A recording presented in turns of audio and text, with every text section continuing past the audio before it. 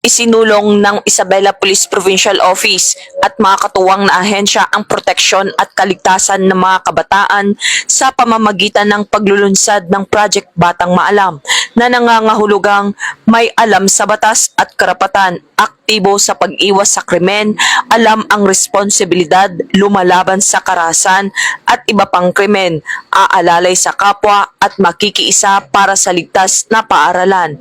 Sa Quirino Central School, Santa Lucia, Quirino, Isabela, nito lamang 25 ng Agosto, taong kasalukuyan.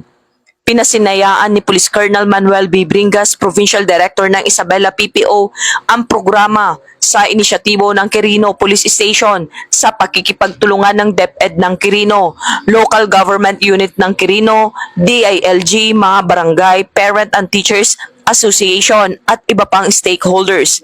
Isinagawa rin ang signing of Memorandum of Agreement bilang pagpapakita ng kanilang suporta.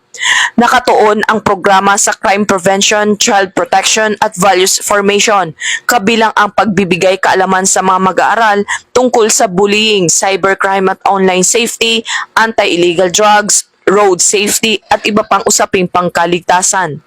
Binigyan diin ni Police Colonel Manuel Bringas ang kahalagahan ng maagang paggabay sa kabataan upang maging responsable at mapanagutang mamamayan. Aniya, kapag may alam, may pakialam, at kapag may pakialam, may aksyon. Sa pagkakaisa ng lahat ng sektor, mas magiging matatag ang ating mga kabataan at mas magiging ligtas ang kanilang kinabukasan.